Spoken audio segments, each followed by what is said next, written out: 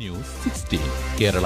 തിരൂരങ്ങാടി നഗരസഭ ഭരണസമിതിയിലെ പ്രധാനിയും നഗരസഭ ആരോഗ്യ സ്റ്റാൻഡിംഗ് കമ്മിറ്റി ചെയർമാനുമായ CP ഇസ്മായിൽ സാഹിബിന്റെ കൂടെയാണ് ഇന്ന് ന്യൂസ് 16 പ്രതിനിധിയുള്ളത്. 3 വർഷക്കാലം എല്ലാവരാലും പ്രശംസനീയമായ പ്രവർത്തനം കാഴ്ചവെച്ച അദ്ദേഹത്തെയും ആരോഗ്യ വകുപ്പിനെയും ചുറ്റിപ്പറ്റി ഇക്കഴിഞ്ഞ 2 മാസത്തിനിടയ്ക്കുണ്ടായ ചില വിവാദങ്ങളെക്കുറിച്ച് ഞങ്ങളുടെ പ്രതിനിധിയുമായി നടത്തിയ അഭിമുഖം.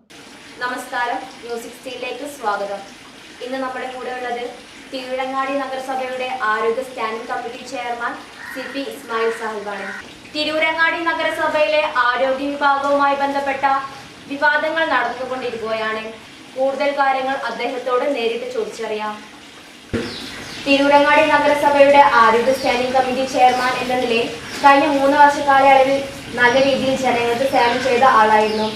കഴിഞ്ഞ 2 മാസ കാലയളവിൽ താങ്കളെ പല വിവാദങ്ങളും പിന്തുടരുന്നുണ്ട്. എന്താണിത്? ഇനി വല്ല യാഥാർത്ഥ്യമുണ്ടോ? പൊതുരംഗത്ത് പ്രവർത്തിക്കുന്ന ആളുകൾക്ക് സ്വാഭാവികമായും വിവാദങ്ങൾ അവർ പിന്തുടരുക എന്നുള്ളത് പുതിയ കാര്യമില്ല. പ്രത്യേകിച്ച് പ്രവർത്തന മണ്ഡലങ്ങളിൽ നിറഞ്ഞു നിൽക്കുന്ന ആളുകൾക്ക് ഒന്നും ചെയ്യാത്ത ആളുകൾക്ക് വിവാദങ്ങളോ അവരെ കണ്ടറിയാനോ ആളുകളുണ്ടാവില്ല. അത് സ്വാഭാവികം.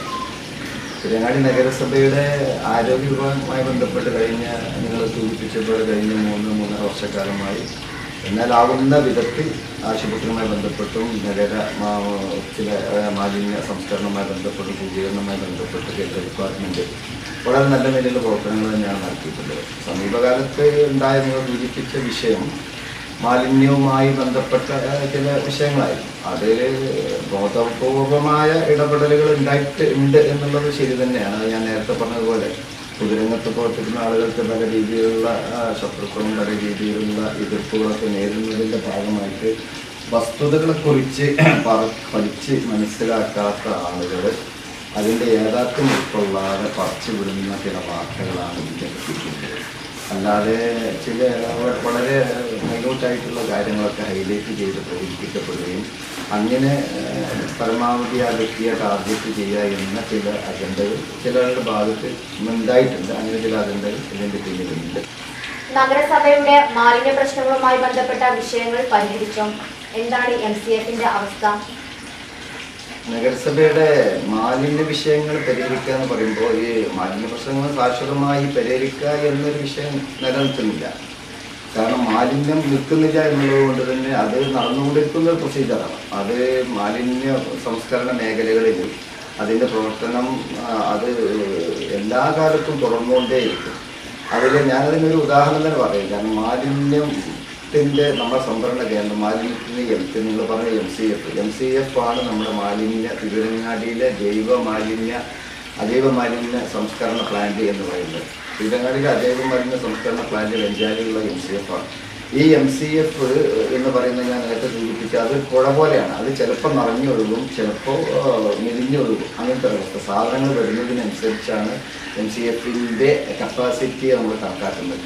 ഇപ്പം നിലവിലുള്ള വിഷയം അല്ലെങ്കിൽ ഇപ്പം ഈ നേരത്തെ സൂചിപ്പിച്ച വിവാദവുമായി ബന്ധപ്പെട്ട വിഷയം MCFിൽ എത്തുന്ന നമ്മുടെ നഗരസഭയിൽ 39 ഡിവിഷനുകൾ. ഈ 39 ഡിവിഷനുകളിൽ 38 ഹരിതകർമ്മസേന അംഗങ്ങൾ വീടുകളിൽ നിന്നും അതുപോലെ തന്നെ കടലിൽ നിന്നും കളക്ട് ചെയ്യുന്ന വേസ്റ്റ് ഇപ്പോൾ കഴിഞ്ഞ കാലങ്ങളിൽ നിന്ന് വ്യത്യസ്തമായ വളരെ വലിയ തോതിലുള്ള മുന്നേറ്റമാണ് ഈ മേഖലയിൽ നമുക്ക് നടത്താൻ സാധിച്ചിട്ടുള്ളത്.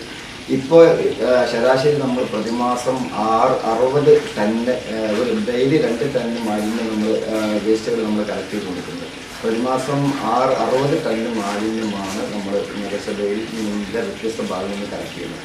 ഈ 60 ടണ്ണ് മാലിന്യം നമ്മുടെ നിലവിലുള്ള MCFിൽ സൂക്ഷിക്കാനോ അല്ലെങ്കിൽ ഒരു സർക്കുലേഷൻ നടത്താനോ അല്ലെങ്കിൽ തെളിവിക്കരം നടത്താനുള്ള സൗകര്യങ്ങൾ വളരെ പരിമിതമാണ്.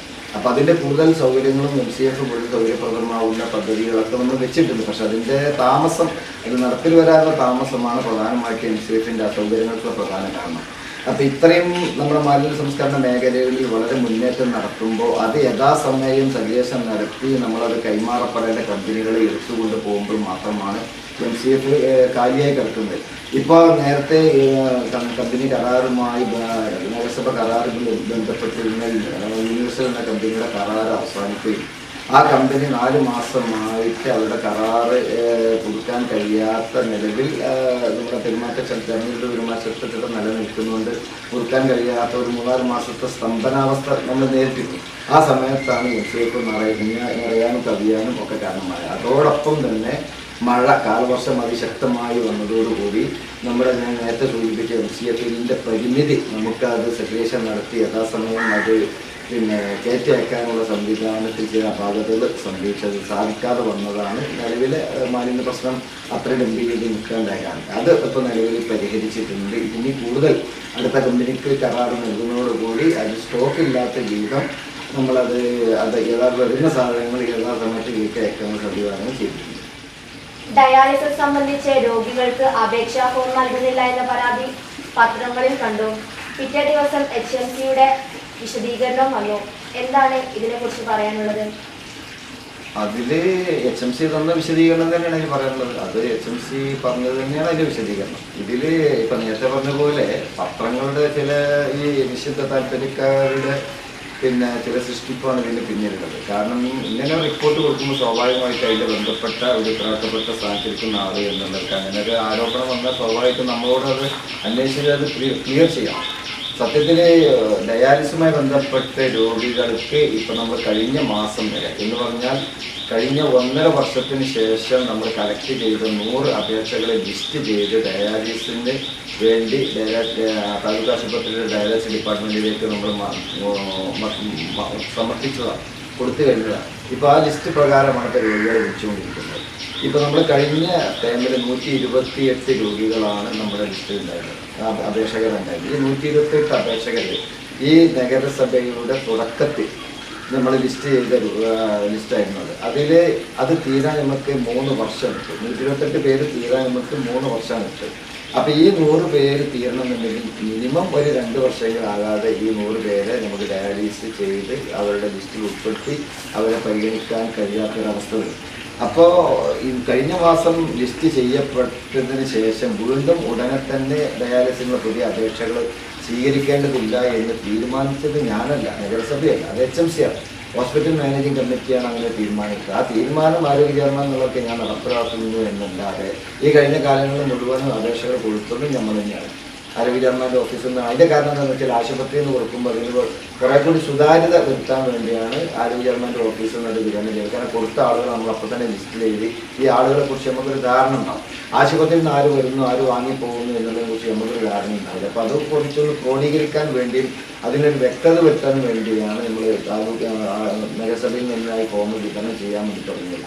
ഈ കൊടുത്ത 99 പേരുടെ ലിസ്റ്റും അത് പകുതിയെങ്കിലും പൂർത്തീകരിച്ചതിന് ശേഷം സുമാർ ഒരു 50 പേരെങ്കിലും അതിന് ശേഷം മാത്രം പുതിയ അപേക്ഷകൾ നൽകിയാൽ മതി എന്നുള്ളതാണ് HMCയുടെ തീരുമാനം. ആ തീരുമാനം നഗരസഭ അല്ലെങ്കിൽ ആരോഗ്യ വിഭാഗം ചെയർമാൻ നടപ്പാക്കുന്നു എന്നതല്ലാതെ എൻ്റെ വ്യക്തിപരമായ തീരുമാനങ്ങളോ വ്യക്തിപരമായ അഭിപ്രായങ്ങളൊന്നും ഇതിൻ്റെ പിന്നിലില്ല. ഇത് വസ്തുതകൾ അറിയാതെ പത്രക്കാർ അവരുടെ ഇഷ്ടത്തിന് എല്ലാ പത്രക്കാരും നമ്മൾ പറയുന്നത് എല്ലാ പത്രവും റിപ്പോർട്ട് ചെയ്തിട്ടില്ല, 1-2 പത്രങ്ങൾ മാത്രമേ റിപ്പോർട്ട് ചെയ്തിട്ടുള്ളൂ. പിറ്റേ ദിവസം HMCയുടേതായി തന്നെ വന്നിട്ടുള്ള സ്റ്റേറ്റ്മെൻറ്റ് ഈ പത്രങ്ങളൊക്കെ കൊടുക്കുകയും ചെയ്തിട്ടുണ്ട്. ഇത് കഴിഞ്ഞ ദിവസം എൻ്റെ അപാകതയാണെന്ന് എന്നെ വിമർശിച്ചവർ, എന്നെ ടാർഗറ്റ് ചെയ്ത് റിപ്പോർട്ട് ചെയ്തവർ അത് തിരുത്തി പിറ്റേ ദിവസം തന്നെ ഈ വാർത്തയും അവർ തന്നെ കൊടുത്തിട്ടുണ്ട്. അതോടുകൂടി ആ കാര്യത്തിൽ വ്യക്തത വന്നു. ഞാനല്ല അതിൻ്റെ ഉത്തരവാദി എന്നുള്ളത് പൊതുസമൂഹത്തിന് ബോധ്യമായിട്ടുണ്ട്. മാലിന്യ വിഷയവുമായി ബന്ധപ്പെട്ട വാർത്ത റിപ്പോർട്ട് ചെയ്ത സിറാജ് പത്രത്തിന്റെ ലേഖകനെ ഭീഷണിപ്പെടുത്തി എന്ന വാർത്തകൾ കണ്ടു. എന്താണ് ഇതിന്റെ വസ്തുത? വാസ്തവത്തിൽ ഞാൻ ഡയറക്റ്റായിട്ടൊരു പത്രലേഖനും ഇൻഡയറക്റ്റായിട്ടൊരു പത്രലേഖനെയും ഒരു മാധ്യമപ്രവർത്തകനും ഞാൻ ഭീഷണിപ്പെടുത്തിയില്ല. മാധ്യമപ്രവർത്തകരുമായിട്ട് നമ്മൾ നല്ല ബന്ധം കാലങ്ങളായിട്ട് സ്ഥാപിക്കുന്നതാണ്. ഞാൻ ഈ പദവിയിൽ വരുന്നതിന് മുമ്പും തന്നെ പൊതുരംഗത്ത് കഴിഞ്ഞ 10-35 വർഷമായിട്ട് പ്രവർത്തിക്കുന്ന ഒരാളാണ് ഞാൻ. പാർട്ടിയുടെ ഉന്നത സ്ഥാനങ്ങളിൽ ഉൾപ്പെടെ ഞാൻ എൻ്റെ പ്രവർത്തന മേഖലയായിരുന്നു. അത് ആ സമയത്തൊക്കെ പത്രലേഖകരുമായിട്ടൊക്കെ നല്ല ബന്ധം, മാധ്യമപ്രവർത്തകരുമായിട്ടൊരു നല്ല ബന്ധം സ്ഥാപിക്കുന്നു. സിറാജ് പത്രലേഖകനെ ഞാൻ ഭീഷണിപ്പെടുത്തി എന്ന തരത്തിൽ വന്ന പരാതിയുടെ അടിസ്ഥാനം എന്ന് പറയുന്നത് ഞങ്ങളുടെ നഗരസഭയുടെ ഒരു NLM എന്നൊരു ഗ്രൂപ്പുണ്ട്. ഞാൻ അതിൽ വന്ന ഒരു കമൻറ്റിന്, ഒരു റിപ്പോർട്ടിന് ഞാൻ വിട്ടൊരു കമൻറ്റ് മാത്രമാണ് ഈ പറയപ്പെടുന്ന ഭീഷണിയുടെ ആധാരം എന്നുള്ളത്. അതൊരിക്കലും അദ്ദേഹവുമായി ഡയറക്റ്റ് ബന്ധപ്പെട്ട കേസോ അദ്ദേഹത്തിൻ്റെ മെസ്സേജിന് ഞാൻ മറുപടി കൊടുത്തതോ അദ്ദേഹത്തെ ഇൻഡയറക്റ്റായിട്ട് ആക്രമിച്ചതോ ഒന്നുമല്ല. ആ ഒരു കൊടുത്ത മെസ്സേജിന് ഞാൻ മറുപടി കൊടുത്തു എന്നത് മാത്രമേ അതിലുള്ളൂ.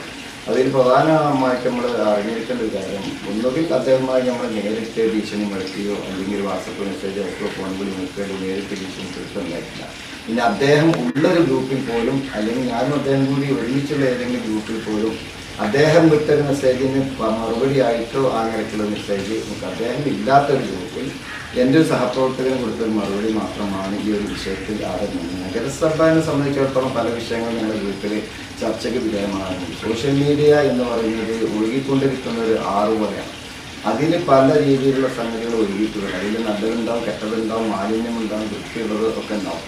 അതിൽ നമുക്ക് ആവശ്യമുള്ളത് എടുക്കുക, മറ്റുള്ളത് ഒഴിവാക്കുക എന്നുള്ളത് മാത്രമേ സോഷ്യൽ മീഡിയയെ കുറിച്ച് നമ്മൾ ചിന്തിക്കേണ്ടതുള്ളൂ. സോഷ്യൽ മീഡിയയിൽ വരുന്ന എല്ലാ കാര്യങ്ങൾക്കും നമ്മൾ മറുപടി പറയാനും അല്ലെങ്കിൽ അതിനെതിരെ പ്രതികരണം നടത്താനും നോക്കുമ്പോൾ പൊതുപ്രവർത്തകരെ സംബന്ധിച്ചിടത്തോളം അല്ലെങ്കിൽ പത്രപ്രവർത്തകർ, മാധ്യമ പ്രവർത്തകരൊക്കെ പറഞ്ഞ പൊതുരംഗത്ത് പ്രവർത്തിക്കുന്നവരും ഈ സാമൂഹ്യ വിഷയവുമായി ബന്ധപ്പെട്ട് പ്രവർത്തിക്കുന്നവരാണ്. നമ്മൾ അതൊക്കെ വിഷയങ്ങളാക്കി എടുക്കാൻ തുടങ്ങിയാൽ ഒന്നിനും നമുക്ക് മോചിതരാൻ കഴിയില്ല.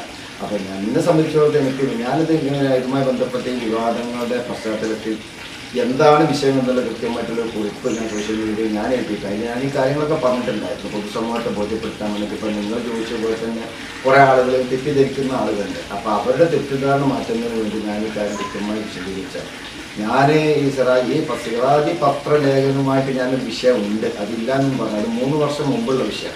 അതും ഇതേപോലെ നഗരസഭയ്ക്കെതിരായിട്ടുള്ള അദ്ദേഹത്തിൻ്റെ ഒരു പത്ര റിപ്പോർട്ടിനെതിരെ ഞാനൊരു വിശദീകരണക്കുറിപ്പ്, ഒരു മറുപടി കുറിപ്പ് കൊടുത്തതായിരുന്നു സോഷ്യൽ മീഡിയയിൽ. അതിനുശേഷം അദ്ദേഹം എൻ്റെ ഒരു വാർത്തകളും കഴിഞ്ഞ 3 വർഷമായിട്ട് അദ്ദേഹം റിപ്പോർട്ട് ചെയ്യാറില്ല. അദ്ദേഹം എൻ്റെ ഫോട്ടോ വരുന്ന പോസ്റ്ററുകൾ അല്ലെങ്കിൽ ഫോട്ടോ വരുന്ന റിപ്പോർട്ടുകൾ കൊടുക്കാറില്ല. ഞങ്ങൾ നഗരസഭ കൊടുക്കുന്ന റിപ്പോർട്ടുകൾ തന്നെ അദ്ദേഹം എൻ്റെ ഭാഗം എൻ്റെ പേര് എടുത്ത് മാറ്റിയിട്ടാണ് കഴിഞ്ഞ 3.5 വർഷമായിട്ട് അദ്ദേഹത്തിൻ്റെ പത്രത്തിലൂടെ കൊടുത്തുകൊണ്ടിരിക്കുന്നത്. ഞാൻ ഇന്ന് വരെ അതിനെക്കുറിച്ച് ഡയറക്റ്റായിട്ട് അദ്ദേഹത്തോട് പ്രതികരിക്കുകയോ അല്ലെങ്കിൽ സംസാരിക്കുകയോ അല്ലെങ്കിൽ ഭീഷണിപ്പെടുത്തുകയോ ഒന്നും ചെയ്തിട്ടില്ല. അതേസമയം പ്രസ് ക്ലബിൻ്റെ ബന്ധപ്പെട്ട ഉത്തരവാദിത്ത ആളുകളോട് ഞാൻ എൻ്റെ പരാതി ഈ വിഷയത്തിൽ പറഞ്ഞിട്ടുണ്ടായിരുന്നു. അദ്ദേഹത്തിൻ്റെ സംഘടനയുമായി ബന്ധപ്പെട്ട ചില ആളുകളോട് എൻ്റെ പരാതി പറഞ്ഞിട്ടുണ്ട്. പക്ഷേ ആരും ഈ വിഷയത്തിൽ ഒരു തീരുമാനം എടുക്കുകയോ അല്ലെങ്കിൽ അദ്ദേഹത്തോട് സംസാരിക്കുകയോ അല്ലെങ്കിൽ അദ്ദേഹം ചെയ്തു പോരുന്ന ആ പ്രവൃത്തി മാധ്യമ പ്രവർത്തനത്തിന്, മാധ്യമധർമ്മത്തിന് എതിരായിട്ടുണ്ട് ഒരു പ്രവർത്തനം കാലങ്ങളായി ചെയ്തുകൊണ്ടിരിക്കുന്ന പ്രവർത്തനത്തിൽ നിന്ന് അദ്ദേഹം ഒഴിവാക്കാനോ അല്ലെങ്കിൽ അത് അവസാനിപ്പിക്കാനോ അദ്ദേഹം തയ്യാറായിട്ടില്ല. ഈ ഒരു പരാമർശത്തിൻ്റെ പേരിലാണ് ഇപ്പം ഞാൻ ഭീഷണിപ്പെടുത്തി എന്ന് പറഞ്ഞാൽ അദ്ദേഹത്തെ വ്യക്തിപരമായിട്ടോ അല്ലാതെയോ ഒരു നിലക്കും ഭീഷണിപ്പെടുത്തിയിട്ടില്ല. എനിക്കതിനൊരു ഉദ്ദേശമില്ല. ഇത്രയും നേരം ന്യൂസ് 16നോട് സഹകരിച്ച CP ഇസ്മായിൽ സാഹിബിനെ ന്യൂസ് 16 നന്ദി അറിയിക്കുന്നു. ക്യാമറമാൻ നബീൽ പരപ്പനങ്ങാടിയോടൊപ്പം റിപ്പോർട്ട് ഫഹ്മിദ ജുബീൻ. പക്ഷമില്ല, വിവേചനമില്ല. നേരിനൊപ്പം, നാടിനൊപ്പം, നാട്ടുകാർക്കൊപ്പം. News 16 Kerala channel.